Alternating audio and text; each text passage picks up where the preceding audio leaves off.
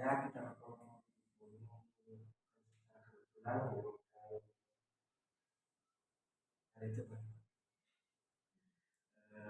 itu mari kita punya motivasi untuk ya. Dan sebelum kita memulaikan lagu kita mari kita berdiri dan melakukan diri pertama kali.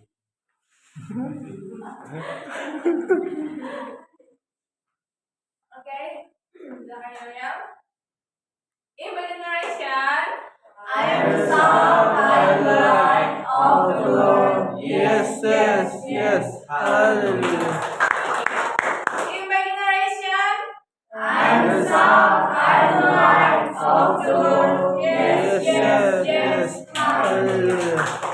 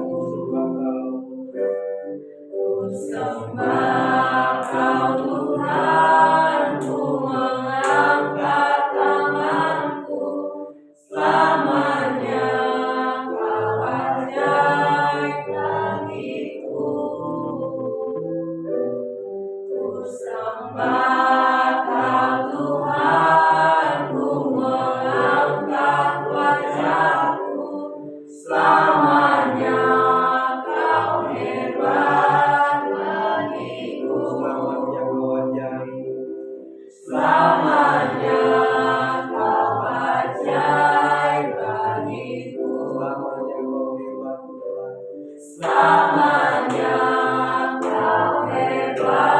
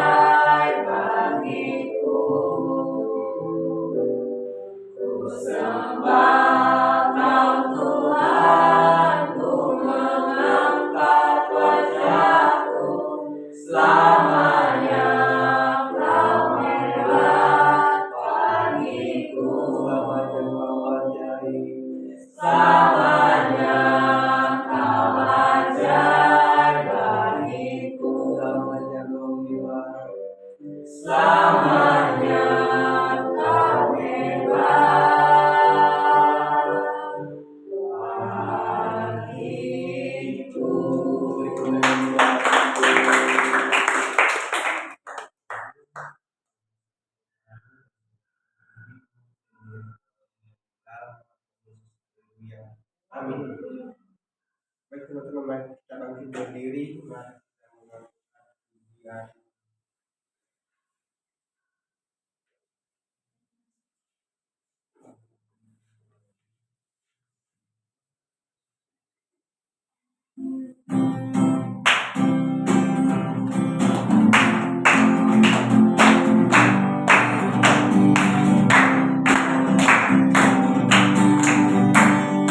Mari kita semua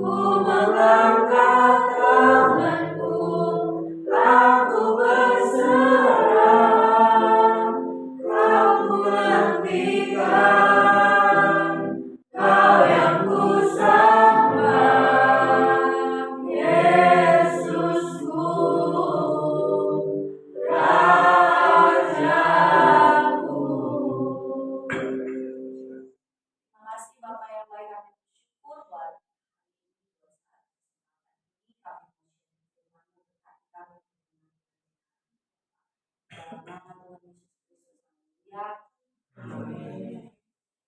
Shalom semuanya.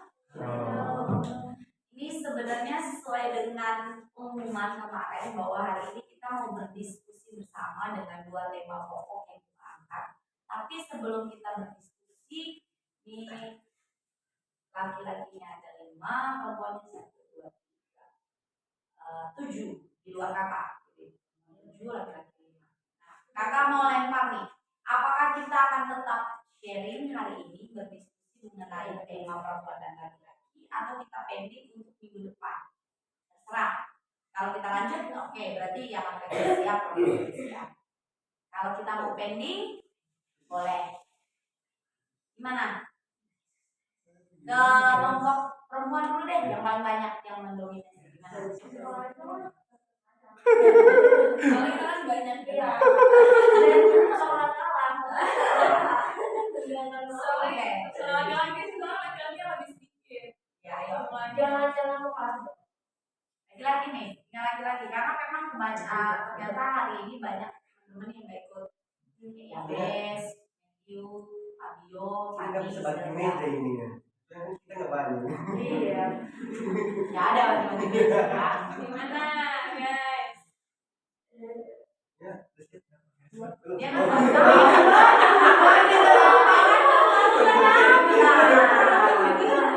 bisa juga nggak datang. iya berarti kita cuma satu lupa. Hitungannya yang bukan.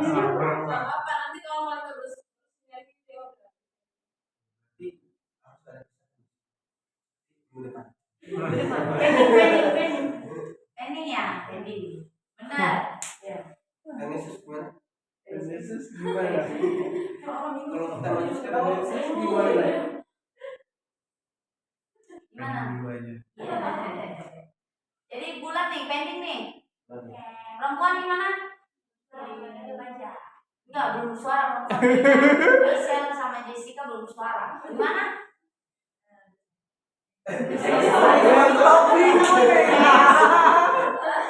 Oke, jadi ini Leonard sama Misa kan nggak tahu. Jadi minggu depan ada tugasnya itu gini. Berarti Leonard laki-laki, Misa perempuan. Jadi kita akan mencari 2 tema pokok manusia. Pertama itu tentang siapa yang lebih penting. Siapa yang lebih penting, laki-laki atau perempuan? Laki-laki dong. Apa? Karena Leonard laki-laki berarti menurut Leonard harus laki-laki yang lebih penting. Kenapa? Nanti Leonard cari alasan. Sama misal, siapa yang lebih penting, misal perempuan atau laki-laki? Kamu harus jawabannya perempuan. Kenapa? Nanti akan tanya kenapa? Kamu harus mempersiapkan jawaban. Yang kedua, siapa yang lebih kuat, laki-laki atau perempuan? Kalau Leonard harus laki-laki lebih kuat daripada perempuan. Kenapa? Saya nanti alasan. Sama juga bisa. Nanti akan ada pertanyaan. Nah, itu yang akan kita bukan berdebat sebenarnya, lebih berdiskusi. Jadi nanti ada hal-hal baru yang laki-laki nggak tahu tentang perempuan, sebaliknya perempuan nggak tahu tentang laki-laki, nanti akan sama-sama tahu. Kan? Jadi itu minggu depan. Nah, karena kemungkinan minggu depan sudah pasti ya, kita doa sama-sama semua teman-teman yang sakit sudah sembuh, yang berlibur udah pulang, kita bisa sharing sama-sama. Nah, oke, berarti kita pending ya untuk hari ini ya. Nanti boleh kalian info di grup buat supaya teman-teman yang nggak datang yang berpikir bahwa hari ini sudah diskusi, karena si Fabio tadi udah story dia semangat buat kaum Adam karena memang hari ini rencananya untuk kaum Adam itu menyampaikan dan kaum Hawa itu ya karena kan ya namanya sakit nggak ada yang tahu dong ya kan. Kemarin juga sebenarnya agak lupa bahwa ternyata hari ini liburan dan kebanyakan orang pasti liburan, lupa gitu kalau minggu Sabtu ini harusnya udah liburan. Berarti kita deal pending ya. Deal ya. Soalnya kakak juga udah mempersiapkan sebenarnya beberapa poin yang mengenai laki-laki dan perempuan. Tapi boleh juga nanti setelah ini daripada kalian main game mending kalian. Oke. Nah kalau gitu sekarang kita mau sharing. Yang nggak kuat duduk di sini ada itu ya. Oke, kita mau sharing tentang firman Tuhan. Kita buka firman Tuhan dalam 1 Tesalonika 5.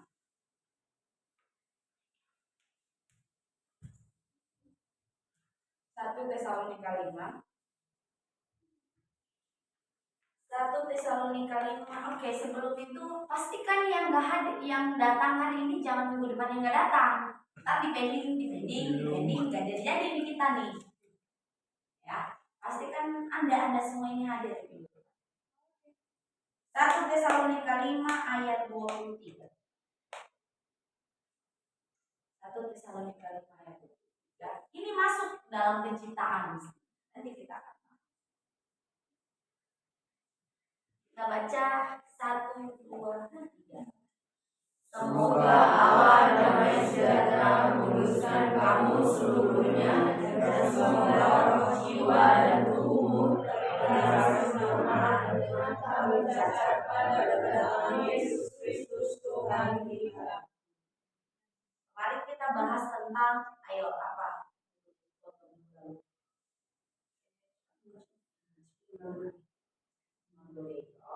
Nah, teman-teman yang diberkati Tuhan, kita kemarin ayat yang kita baca itu Kejadian 1 ayat 26-27 ya. Nah, kakak baca lagi sekali lagi ya. Kejadian 1 ayat 27. Maka Allah menciptakan manusia itu menurut gambarnya, menurut gambar Allah diciptakan dia laki-laki dan perempuan diciptakan. Nah, bagian mananya sih yang Tuhan menciptakan kita itu serupa dengan Tuhan? Kemarin sudah dijelaskan beberapa tentang dari kali. Apakah muka? Kalau muka yang mana yang seperti Tuhan Yesus? Apakah mukanya Katina yang seperti Tuhan Yesus? Atau mukanya Nata yang seperti Tuhan Yesus? Gak apa-apa Katina ketawa ya kalau ketawa. Apakah mukanya Jojo? Karena mukanya Bastian sama Jojo beda jauh. Dong betul kan? Iya kan? Muka apa mana yang jadi ini nggak apa? Mana yang Tuhan yang mirip Tuhan yang mana? Kakak atau Khalil?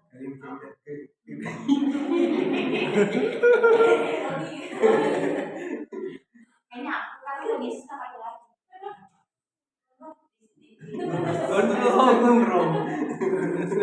Gondrong. Tapi nggak kan dia kita tuh tidak gondrong. Iya kan? Di foto di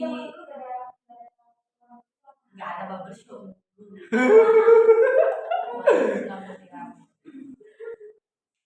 Jadi mana yang mirip? Rewel kakak sama Leonard mana tuh beda jauh kan?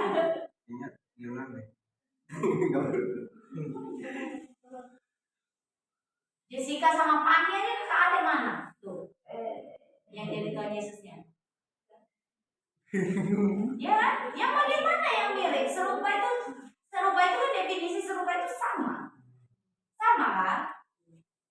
Kalau kayak segitiga sama sisi, karena sisinya sama, nggak ada bedanya. Ya kita ngelenceng dikit matematika gitu kan. Segitiga sama sisi itu, kalau segitiga siku-siku ya karena ada sudutnya. Segitiga sembarang segitiganya. Ya kan ada segitiga sembarang kan? Segitiga sama sisi, karena sisinya sama.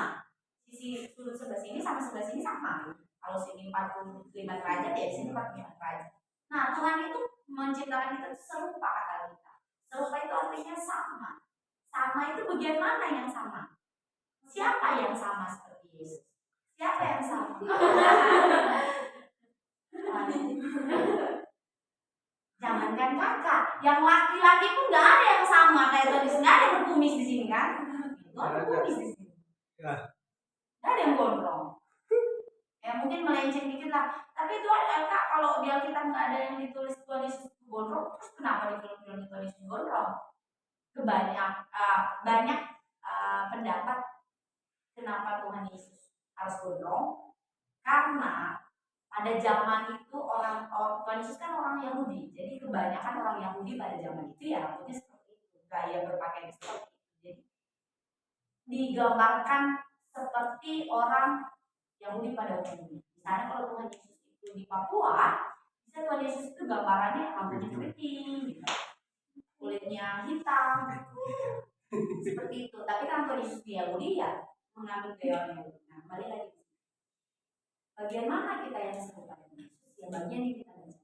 1 Tesalonika 5. Tuhan menciptakan kita itu serupa segambar dengan Allah. Itu dalam hal roh, jiwa, dan tubuh. Kita punya 3 elemen dalam hidup kita yang gak bisa dipisahkan. Setiap manusia yang hidup itu memiliki roh yang hidup. Kalau yang mati ya udah, rohnya udah kembali pada Bapa. Setiap manusia yang masih hidup itu memiliki 3 elemen. Roh, jiwa, dan tubuh. Tubuh itu yang kelihatan, jiwa itu ada pikiran, perasaan, dan kehendak. Kita mau misalnya kita mau mukul, misalnya kakak mau mukul kali, itu kehendak yang diatur dari pikiran dan perasaan kakak. Sebab sama jadi kehendak kakak mukul dia itu diatur dari pikiran dan perasaan, itu main jiwa. Tapi kalau roh, ketika kita menerima Yesus Kristus sebagai Tuhan, maka roh kita itu diisi dengan roh Allah. Kudus itu masuk dalam hidup kita ketika kita mengakui bahwa Yesus itu Tuhan. Nah, bagian itu yang sama. Bagian kita yang sama yaitu bukan bentuk wajah, bukan warna kulit, bukan tinggi badan, bukan besar badannya, bukan. Tapi yang sama itu yaitu roh kita, jiwa kita, pikiran kita, jiwa tubuh kita ada kehendak. Tuhan menaruh itu. Beda sama cita-cita yang lain. Moki nggak punya kehendak, punya. Kalau kehendaknya dia lagi lapar, itu naluri main. Ketika binatang itu lapar, nalurinya jalan untuk cari makan. Tapi dia nggak punya perasaan. Dia nggak punya jiwa. Dia nggak punya pikiran. Dia nggak punya roh. Dia hanya punya tubuh dan naluri. Beda. Itu yang membedakan kita dari ciptaan yang lain. Yang membuat kita serupa dengan Allah. Nah, Bapak Ibu kan, teman-teman, kebiasaan nih di Bapak Ibu. Teman-teman, kalau kita baca di ayat, semoga Allah damai sejahtera menguruskan kamu seluruhnya, dan semoga roh, jiwa, dan tubuh terpelihara sempurna dengan tak bercacat. Ketika kita mengakui Yesus, maka roh Allah, Tuhan, kalian udah pernah doa dibimbing sama hamba Tuhan belum untuk menerima Yesus? Tuhan, aku mengakui dosa, menerima Yesus sebagai Tuhan dan Juru Selamatku, dan biar Tuhan yang masuk dalam hatiku, dalam hidupku. Itu adalah doa untuk kita menerima Yesus. Dan ketika sudah melakukan itu, nah kemudian yang kedua itu jiwa.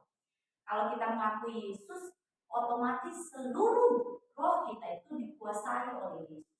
Tapi di bagian jiwa, bagian jiwa ini yang agak bagian yang paling bagian yang paling krusial. Kenapa? Karena di dalam jiwa itu benar-benar harus benar. Di dalam jiwa itu ada 3: pikiran, perasaan, dan kehendak. Pikiran, perasaan, dan kehendak. Seringkali kita itu salah. Jadi di dalam jiwa itu yang benar itu adalah pikiran, nomor 1, perasaan, baru benar. Jadi yang memimpin itu harusnya pikiran. Jangan pernah biarkan perasaan yang menguasai jiwa.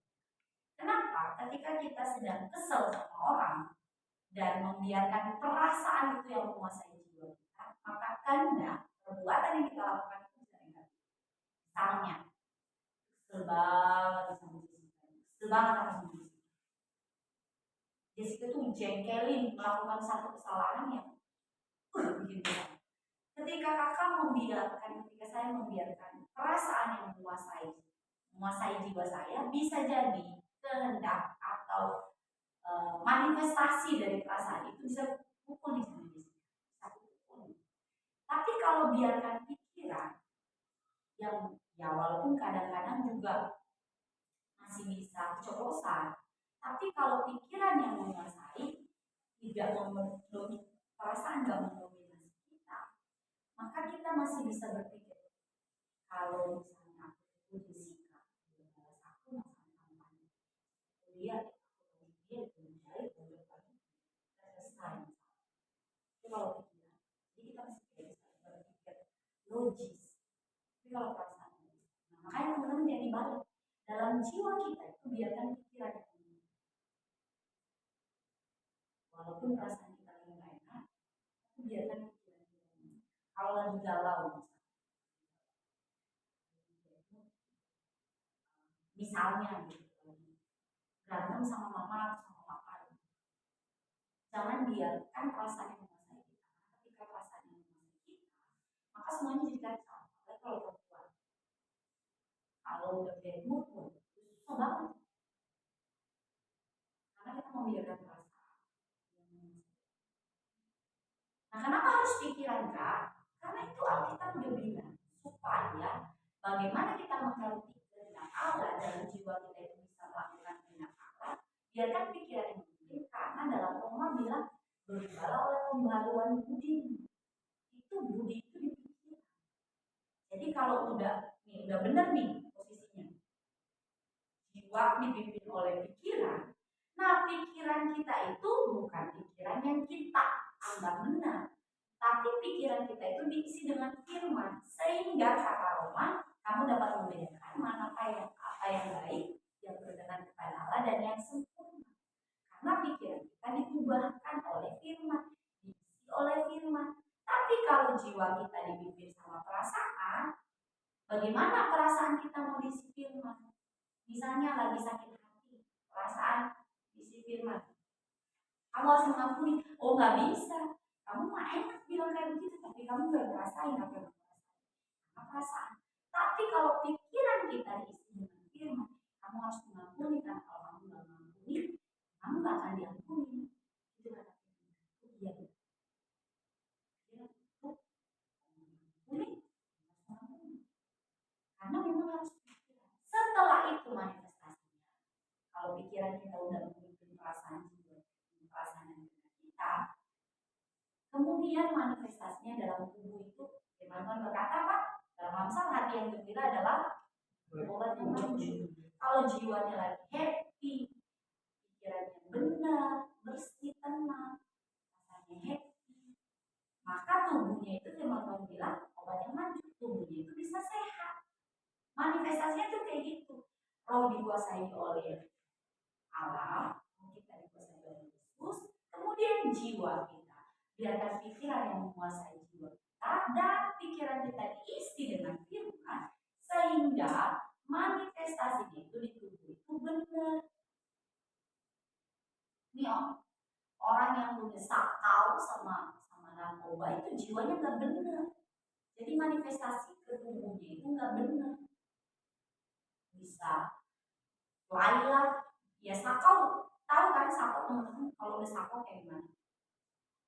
Udah nggak bener, udah nggak tahu apa-apa nih, udah kayak orang mabuk, kayak orang mabuk di atas mabuk, sama kayak orang mabuk, jiwanya nggak benar, jadi manifestasi ke tubuh itu nggak benar. Tapi coba kalau jiwanya benar, kalau pikirannya benar, benar nggak jiwamu? Kalau nggak benar itu manifestasinya. Jadi nih, orang ODGJ, orang dalam menguji. Nah, ini karena jiwanya nggak benar. Orang lagi sakit jiwa, jiwanya sakit, makanya manifestasinya nggak benar. Nggak dibilang sakit tubuh kan? Sakit jiwa, karena jiwanya nggak benar. Jiwa itu penting. Karena selama kita masih hidup di dunia, kecuali kalau kita nanti udah dalam kawan, ya udah beda urusan. Itu udah selesai, nggak ada kesempatan. Tapi selama kita masih hidup di dunia, yuk biarkan jiwa kita itu diisi dengan firman. Karena pikiran kita yang menguasai jiwa. Apalagi perempuan, itu susah banget. Kalau masalah main perasaan itu perempuan kan jago. Karena memang perempuan itu perasa, tapi bukan berarti laki-laki itu nggak merasa, bukan laki-laki itu nggak ada punya perasaan, atau bukan laki-laki itu nggak merasa, sama. Cuman memang kebanyakan yang mengikuti mudinya itu ya perempuan. Nah, teman-teman, ayo sekarang belajar untuk biarkan jiwa kita itu kalau lagi marah tuh jangan biarkan rasa marah itu menguasai pikiran kita. Jangan biarkan rasa kesel itu menguasai pikiran kita. Jangan biarkan, kenapa orang banyak yang bunuh diri? Karena dia membiarkan perasaannya. Misalnya dia kecewa, akhirnya mengakhiri hidupnya. Karena dia membiarkan perasaannya menguasai pikiran, sehingga manifestasi dalam kehendaknya dia bunuh diri. Dalam tubuhnya dia bunuh diri. Kenapa ya? Karena dia membiarkan perasaan. Tapi coba kalau orang berpikir waras, misalnya diputusin pacar, itu misalnya, kan kebanyakan sekarang kasusnya gitu, putusin pacar gitu. Nah kalau orang yang berpikir pakai otak, gitu, pakai pikiran, bunuh diri, sedihnya orang yang galau ya nggak harus kayak gitu. Tapi kenapa ada yang begitu? Karena dia membiarkan perasaannya menguasai pikiran kita. Jadi sekarang biarkan pikiran kita yang menguasai jiwa nih. Jangan juga dibalik kayak gini. Kan tadi urutannya roh, jiwa dan tubuh. Jangan juga dibalik jiwa, roh dan tubuh. Gak bisa. Tetap harus roh dulu. Roh kamu udah benar dulu. Udah benar mengaku Yesus. Kalau kamu belum percaya Yesus itu Tuhan, ya sama aja. Roh kamu itu belum benar. Jadi benerin itu dari yang paling benar. Benerin itu dengan urutan yang benar. Firman Tuhan sini bukan tubuh, jiwa dan roh, tapi roh, jiwa dan tubuh. Bukan jiwa, roh, tubuh, bukan jiwa, tubuh, roh. Enggak dibalik. Jadi dari roh tubuh Yesus biarkan masuk, kemudian jiwa baharui pikiran dengan firman. Biarkan firman yang masuk dan hal-hal yang kita. Nih, tadi kakak ada pertemuan sama pimpinan yayasan. Dia orang yang belajar tentang banyak hal sih. Cuma dia juga fokus sama neuroscience itu ilmu yang mempelajari tentang otak manusia, cara kerja otak manusia. Dia bilang YouTube, TikTok itu mengikuti cara kerja otak. Maksudnya gimana? Ini. Misalnya di TikTok kalian lebih suka nonton badminton misalnya. Pasti hari ini nonton badminton. Besok konten FYP kalian pasti tentang badminton lebih banyak, ya kan? Kalau algoritmanya seperti itu. Misalnya nonton tentang masak, pasti nanti ketika kamu buka TikTok, algoritmanya seperti itu. Yang lebih banyak muncul kontennya itu ya yang banyak kan berkaitan tentang masak. Kalau misalnya kayak kemarin, itu kan buat ada sekalian badminton bersama dengan kasus Ferdy Sambo, itu barengan kan. Nah kakak kan suka hukum, walaupun kakak suka badminton, tapi menangnya si Ferdy Sambo, jadi kakak mengikuti. Nah di FYP itu modelnya kayak gitu semua, dua ini, badminton sama ini, kasus ini, badminton sama kasus ini. Algoritma otak tuh kayak gitu. Jadi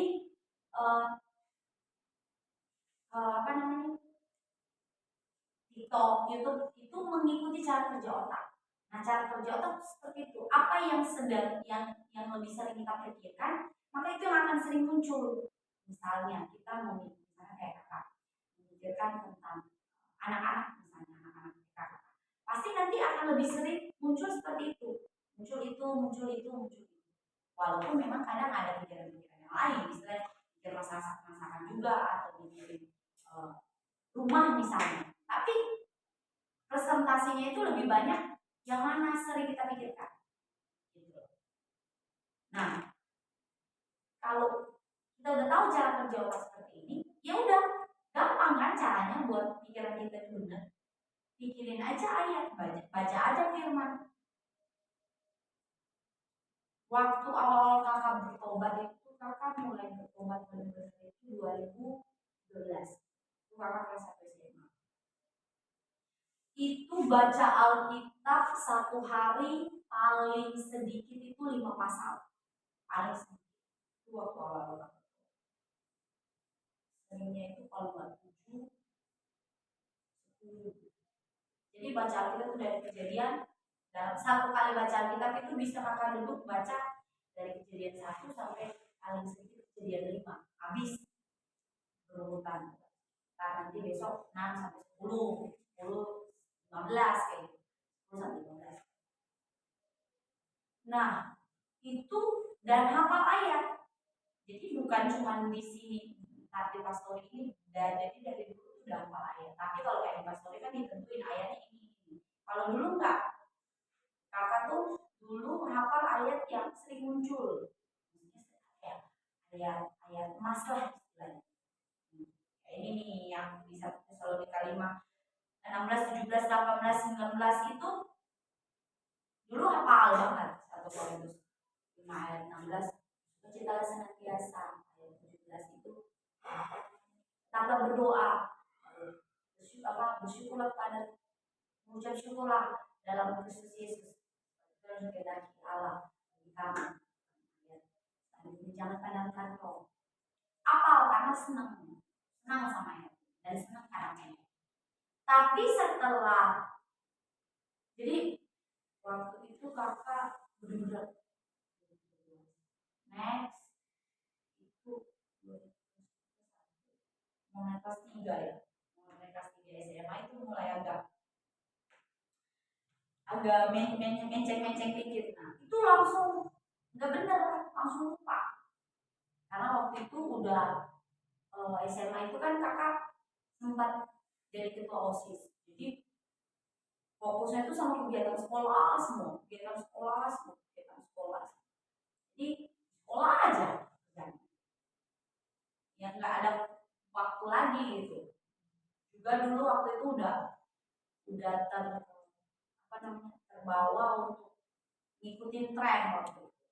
Waktu itu memang benar-benar pokoknya udah nonton film drama tentang Korea. Terus itu dari jam 7 ngikutin ya. Dari jam 7 pagi sampai jam 7 pagi itu benar-benar yang agak rasa itu kacau. Itu kakak jadi kacau. Ayatnya lupa semua. Padahal udah apa? Baca Alkitabnya udah berhenti. Padahal itu udah bangunnya itu susah banget. Bangun kebiasaannya itu susah. Bangun sama mempertahankan itu. Jadi dulu waktu kelas 1 SMA itu kakak jam ngomong main teman-teman. Kakak enggak kelas baca kitab. Wah, tapi itu yang harus diikuti. Yang diikutin yang kelas 2 tadi ya. Jadi artinya gini teman-teman. Biarkan pikiran kita dikuasai. Gimana caranya? You baca. Gak mungkin itu perkara bohong. Itu semuanya pokoknya gak mungkin. Kalau gimana caranya pikiran kamu mau benar kalau kamu gak pernah baca kitab. Gak mungkin. Itu sesuatu yang aneh. Karena bagaimana ceritanya kamu bisa mikirin firman kalau kamu gak pernah baca? Enggak, kan urutannya gitu. Gimana biar bisa pikiran kita diisi firman? Ya urutannya pertama baca. Setelah baca itu hafal. Baru pikiran kita itu diisi sama firman. Ya kalau cuma baca doang, nggak diingat. Iya sama aja. Misalnya kayak rumus Pitagoras. Kenapa kakak jadi selalu Pitagoras? Karena gara-gara rumus Pitagoras itu kakak dihukum waktu SMP. Jadi nggak akan pernah lupa itu rumus Pitagoras. Karena lupa rumus itu. Jadi setelah dihukum hafal Pitagoras itu jadi yang lupa lagi. Kenapa bisa hafal? Karena belajar rumus Pitagoras itu apa. Habis itu dihafal. Karena lihat Pitagoras dua sama dengan 2. Lihat. Nah, di apa? Dibaca terus di apa? Nah, sama firman. Gimana kamu bisa hafal kalau kamu nggak baca? Gimana kamu bisa pikirannya benar kalau kamu nggak baca? Gini, siapa yang di sini minimal 1 hari 1 pasal setiap hari, nggak pernah bolong.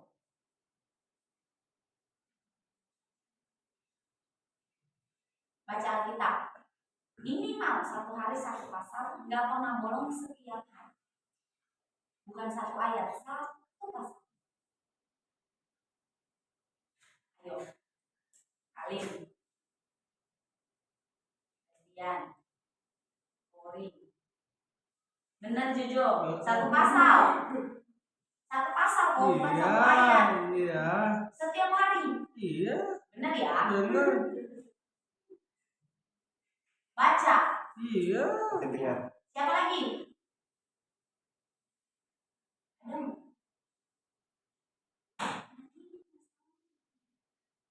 Gimana ceritanya pikiran? Ya udah minimal 1 minggu 1 pasal, 1 ayat pasal minimal 1 minggu. Senin sampai Minggu 1 pasal 1 minggu. Karen, Nata, Michelle, Ina, Jessica, 1 bulan 1 pasal.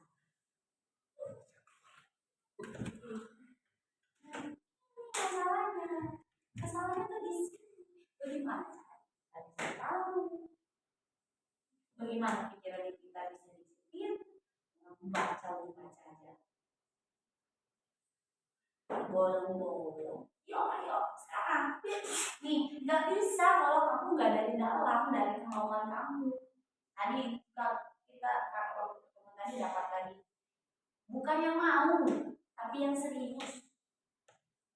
Kamu mau baca kitab nggak? Misalnya Katina mau nggak baca? Mau. Nata mau nggak? Bukan cuma sekedar mau, tapi serius baca. Mau nggak serius? Serius itu konsisten. Jadi tadi tuh dapat bukan cuma sekedar mau sekarang. Sekarang harus serius. Kamu serius nggak? Kalau nggak serius nggak bisa. Kalau cuma mau nggak bisa.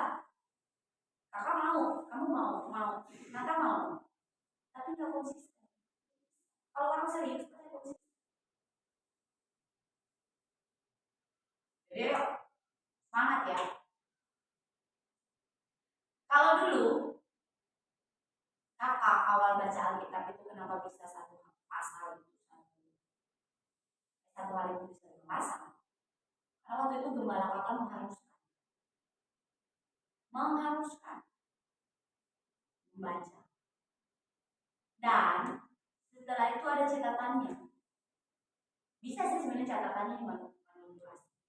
Tapi setelah dicatat, ketemu langsung sama Tuhan, ini ditanyain. Jadi kalau kamu nggak baca, kamu nggak bisa jawab pertanyaan. Misalnya tentang penciptaan, kan ditanya, Tuhan menciptakan hari kelima apa? Kalau nggak baca, nggak bisa tahu. Jadi ayo, tapi kan nggak mungkin kita kali itu nanyain. Baca kita, kamu dapat apa? Ini. Tinggal dari kalian. Ayo, nggak usah. Tapi kok bosen baca. Nih, dulu awal-awal kakak udah pernah sharing. Awal-awal itu kan Kristen baru bertobat, kalau langsung baca kitab Kejadian kayak membosankan banget ya. Ya mungkin Kejadian itu masih oke lah, masih ada kisah-kisah. Nah masuk di kitab raja-raja. Aduh, raja ini begini doang hidupnya.